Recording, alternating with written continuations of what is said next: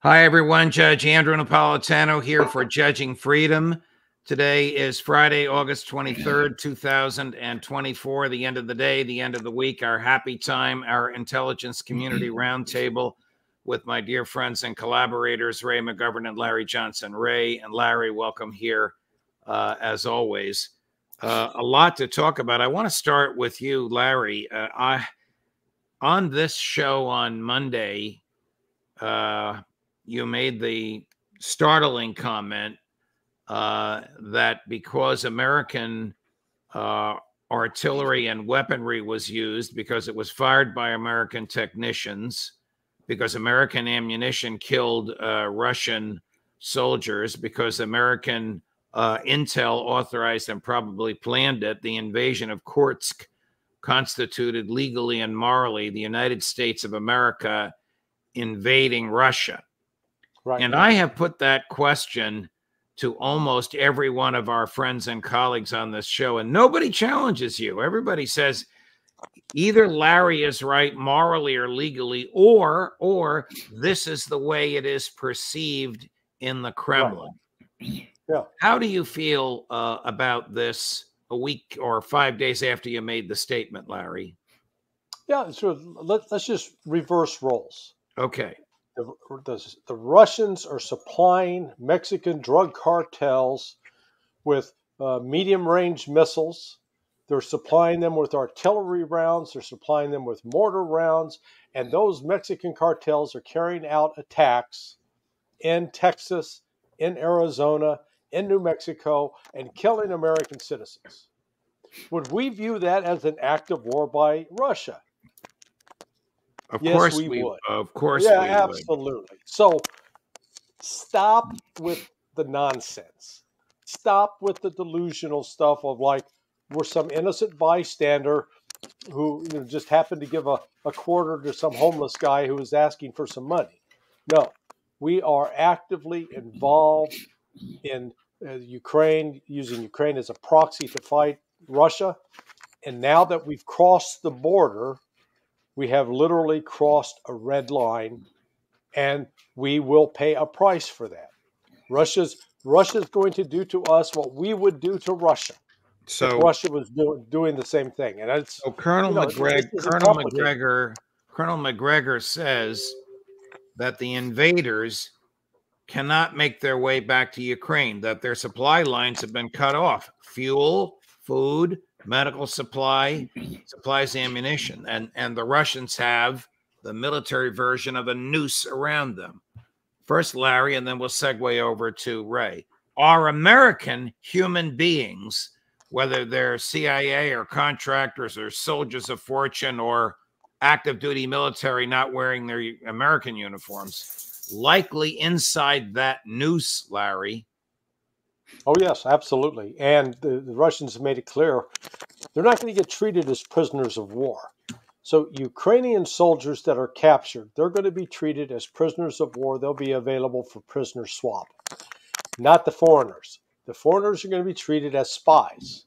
Which means they can be executed summarily. They can be executed, or Russia's going to keep them back as bargaining chips. You never know down the road when you're going to have another reporter or somebody you want to trade for. But they're going to be treated differently, and that's important to understand. Ray, what is the likely role of MI6 and CIA in all of this? Well, MI6 or the British are pretty much applauding what happened and cheering for it and taking responsibility in a measure. I'd like to just go back and say that I've been thinking a lot about this. Why would the Ukrainians do such a thing, egged on by NATO? Right. I think it has to do with the election in November. I think there are people in NATO and in Washington who kind of hoping for the worst to happen to Ukraine, so that there's a chance before the election that Biden will be mousetrapped into doing something even more volatile or even more violent, and so too will Putin. So the election, I think, is paramount. Now, Putin is the other paramount factor. Is there a casus belli here? Of course there is.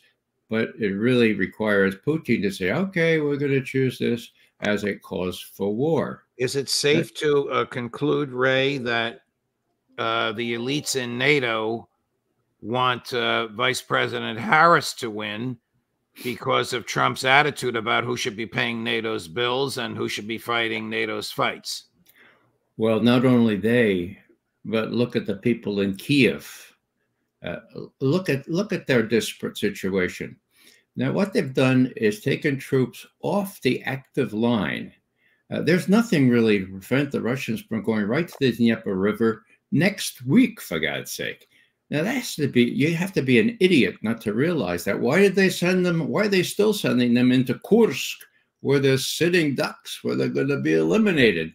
Well, if you can mousetrap Washington into coming to defense of Ukraine after Putin reacts in a violent way, well, that before the election, Biden might be forced to do something like that. What I'm saying here is that Putin is the guy in charge here. He's going to choose how he reacts. And I think that what he said actually a month ago, nothing really important is going to happen before the election. And so we'll let this thing play out. Will he rise to the bait? I don't think he will. So whether it's a casus belli or not really depends on the guy in charge. That's Putin, no matter what kinds of provocations are devised and implemented by NATO and the Ukrainians. Larry, what kind of a military fool would take their best troops and send them on this errand and have their newest troops or the poorest trained defending the capital city? Well, it's not without precedent in history. I mean, you can go back to the Battle of the Bulge. Hitler thought it was a good idea to try to launch that desperate attack in hopes of forcing the West into a negotiation.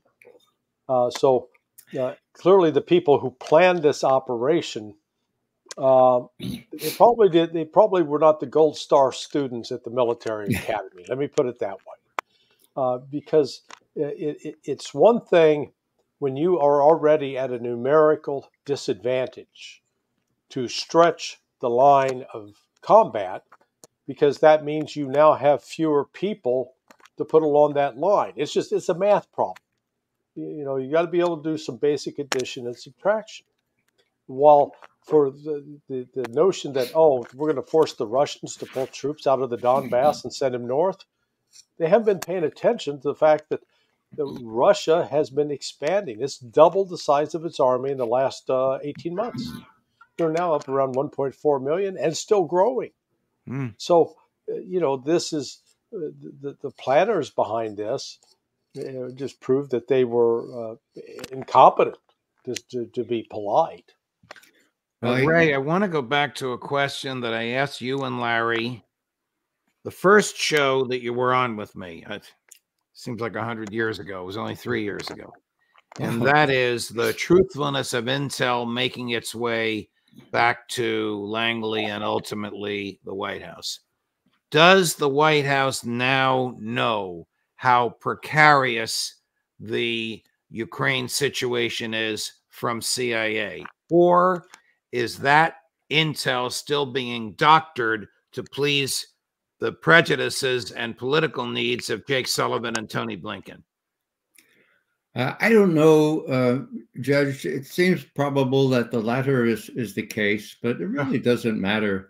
It's clear. It's clear to everyone who reads the paper now, even the Financial Times or the New York Times, that Ukraine is losing and losing bad.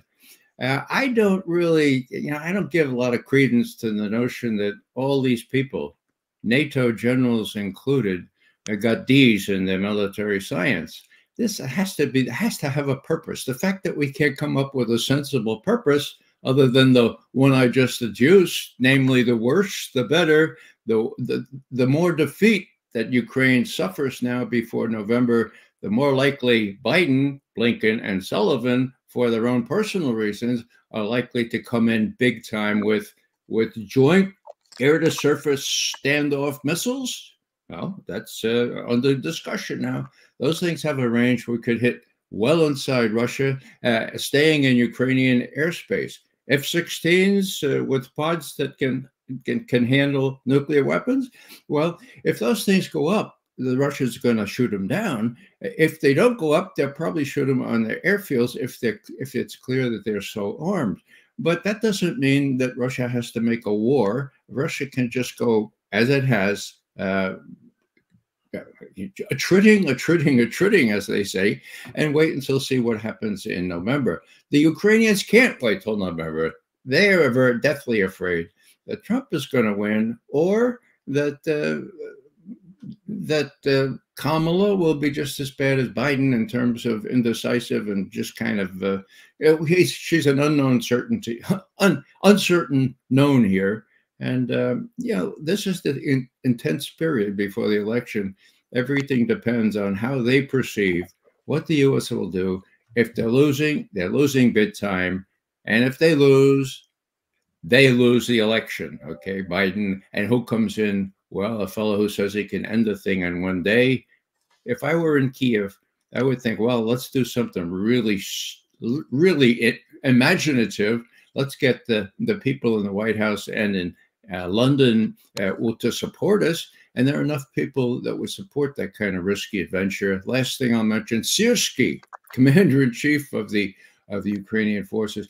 He's got a record. He kept sending tens of thousands of people to be killed in Bakhmut up until July of last year. Okay, he doesn't care how many people get killed, and they're getting killed in major numbers now along the front line in the Donbass. Larry, where is General Cavalli in all of this? The American four-star who's the commander-in-chief of all NATO forces. Correct me if I'm wrong. He's not the commander-in-chief only of American troops in Europe. He's the commander-in-chief of all NATO forces. He's basically a successor to Eisenhower when Ike was a general. Well, he has been one who's at least recognized that Russia is not a pushover, that Russia has some serious capabilities, and that frankly are on course to win the war. The problem we have with the disconnect between the policymakers and the intelligence side. I just heard a story from one of our VIPS colleagues, John Kiriakou, who was present in a meeting in the Situation Room. He was a note taker for George Tenet. Now, this was back before going into the start of the Gulf War in 2003. And basically back then, the saying was, they were saying that the CIA opposed it, the military opposed going into Iraq, but the Pentagon and the White House wanted to do it. And so they were ignoring what was coming out on the intelligence. Well, that's exactly what we're seeing today. That Cavalli, if asked for his advice, would say, don't do it. But they're not asking him for his advice, or they're ignoring his advice. The decisions are being made by Lloyd Austin, who's, former military, but the guy is now, a slave of Raytheon. He's on Raytheon's board. He's their man in Washington. And he just happens to be Secretary of Defense. It's all about the money, Judge. Okay, switching gears, Ray, why is Iran taking so long to respond to the assassinations that the Israelis have carried out, the most recent of which, of course, was in Tehran itself? I think it's a combination of factors. I think that Shoigu, Sergei Shoigu, who used to be the Russian Minister of Defense and now is a top national security official, very close to Putin, I think he urged caution on them. And he backed that up by saying, you do a little caution, we'll give you kind of air defense that will prevent the Israelis from wreaking havoc, which they're now able to do on all your sites, okay? Now, that stuff is pouring in, by all accounts, on these IL-76s, 96s, all these wide-bellied aircraft that are coming in from Russia, and not only giving air defense equipment, but also electronic warfare equipment, the so-called Murmansk system, which really interferes with the enemy's radars and other guidance systems. So I think that's important. I think also that the Iranians realize they don't have to rush here, and they might actually frighten the U.S. and Israel into a kind of deal which they can claim part credit for. Well, And Ray, I think that's what they're trying to do now with somebody has frightened Prime Minister Netanyahu. I don't know if it's Hezbollah or Iran. He's been in a bunker for 2 weeks. All right. Well, you know, if that's the case, yeah, they're frightened, and they continue to be frightened, and they continue to be on tenterhooks waiting for the reaction. What I'm saying is that in itself is a good effect for Iran. What Iran, I think, is waiting for, you know, all these negotiations, ceasefire, hostages, and all that stuff.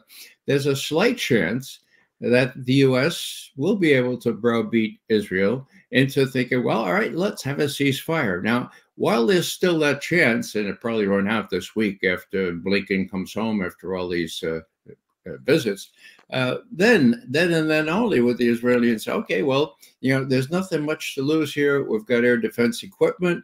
We and our axis of not evil, but axis of resistance will put our plans into shape. I think they'll hit key Israeli defense installations.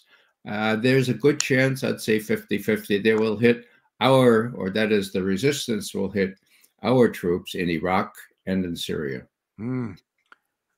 Larry,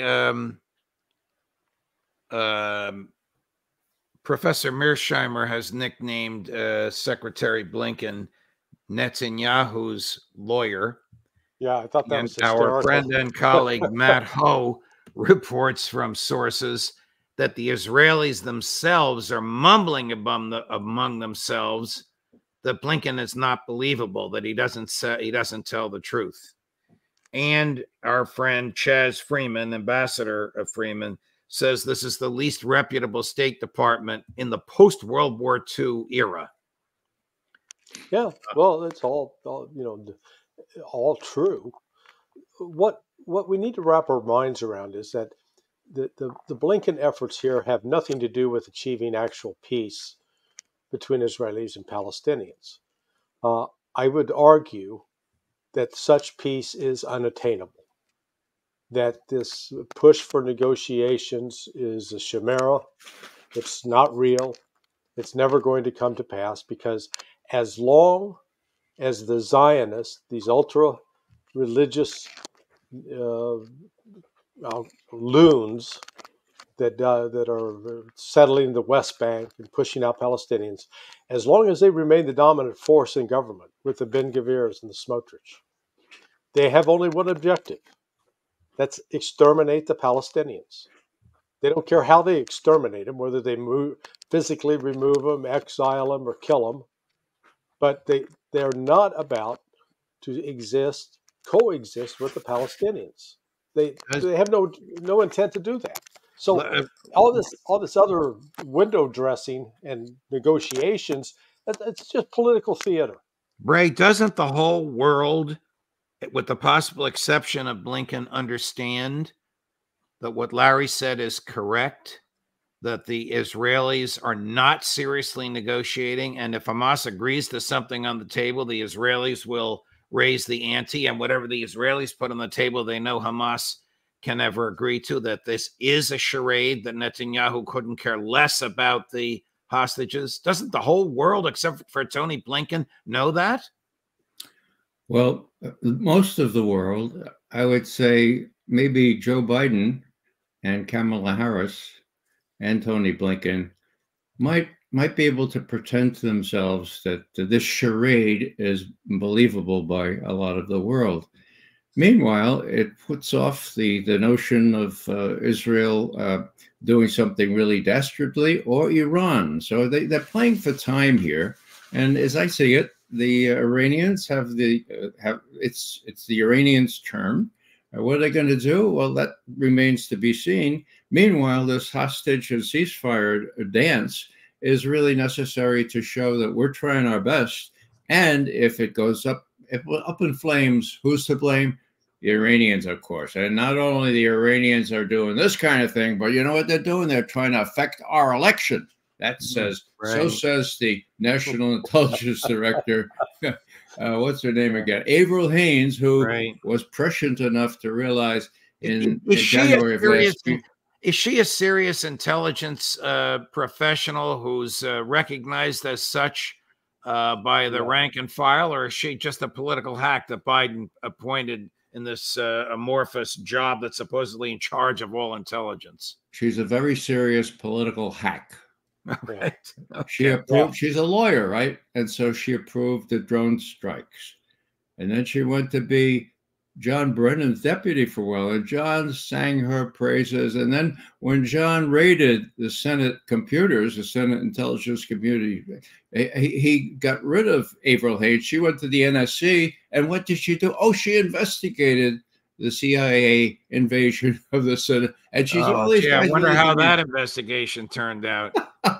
Larry, Alistair Crook says that a former director of Mossad, #1 in Mossad, has said publicly that Israel under Netanyahu is, quote, a racist and violent state that cannot survive. Yep. Is Netanyahu in danger of a coup? No, I don't think he's in danger of a coup. Or if it was launched, I think it's unlikely to succeed, because Netanyahu enjoys a majority of support now among the Israeli people, the Zionists, the hardcore, and they're backing him, and they're backing him to their own destruction, which is what that Mossad chief was correct in what his assessment, because they can't. They talk about fighting Iran and talk about fighting Hezbollah, but they can't even defeat Hamas. And they want to make it. They'll come up with all sorts of excuses. Oh, they're using women and children as human shields, and they're hiding in hospitals, and you still haven't beaten them. Okay, we're now almost 11 months into this war, and you haven't defeated what is largely an unarmed guerrilla force, a lightly armed guerrilla force, and you've killed a lot of women, children, elderly, handicapped. But as far as destroying the military capability of Hamas, not so much. And so that disconnect with reality is what's going to do them in, because they're going to make a mistake of one of these times and overcommit. I'm going to end our roundtable with a fascinating series of clips that is compelling to watch, that Chris put together in honor of a great warrior for peace who's in these clips against one of the loudest blowhards I've ever known, and with whom I worked for 24 years. You both will get a kick out of this. Cut number 10. We say that her positions are radical, and they are radical. Let me tell you what's radical. What's radical is to send more Americans to die in this war, which is a monumental blunder by a president who swaggered us into it with, by the way, the at least tacit approval of the Democratic Party. There's a lot of sin to go around here. What's radical for you? Do you want to send more people to this war? Listen, is that your position? If we cut and run out of there like you want to do, we would be putting every American in 1,000 times more jeopardy than they're in now. We're going to cut and run anyway, Bill. Well, that's your opinion. What's my opinion? American military leaders have said we're going to draw down beginning next year. The difference between drawing down and cutting pictures.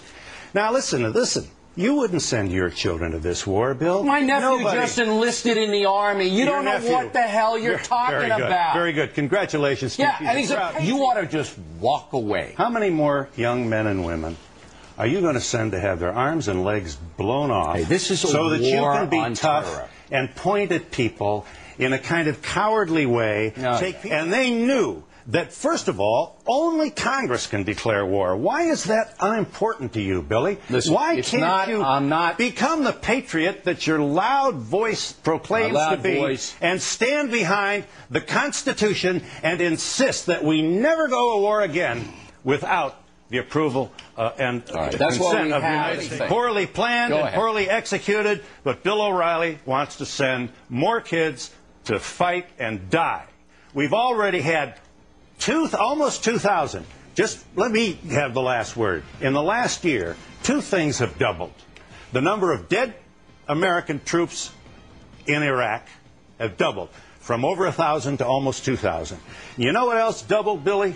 The price of Halliburton stock. Whoa. Yeah. I thought you both would appreciate that. Ray, you probably knew him. I knew him. I mean, I was there in the green room while this was being taped. Donahue came in. We hugged each other. I was next out on set. I looked at O'Reilly. I said, Bill, he just ate your lunch. And Bill tried to throw me out. Phil was the best. And his story, of course, is indicative of what happens when people tell the truth and insist on continuing to tell the truth. You get canned, and for obvious reasons. They didn't want any truth to come out about the pre-war. Now, you get people still on Fox News, like Jack Keane, four-star general, who's now saying, you know, we got to take on, we got to send more stuff over there to Ukraine before they lose. And by the way, the Iranians are a major threat, just like the National Intelligence Director just said. They're trying to influence our election, among other things. You know, these guys are dominating the airwaves. I hope that people are listening to us as well. And I applaud you, Judge, for giving us this airtime. Hey, let me just chime in that. So I was on O'Reilly's show about 10 times, and when Roger Ailes sent word down in November of 2002 that I was no longer to be on Fox Network because I had been on the Hannity and Combs show, and I said that the United States was not in a position to fight a two-front war. The only one on the Fox News channel which would still have me on air was Bill O'Reilly, to his credit in that. Wow. Wow. All right. He's gone from Fox. I'm gone from Fox, and Phil Donahue's in heaven. Thank you, gentlemen. Thank you for a great segment together. Thank you for all the double duty you both do. I'll see you both on Monday. Thanks, Have a great weekend. Okay, thank you. Have a great weekend, everybody. We have all of your favorites back next week. Judge Napolitano for Judging Freedom.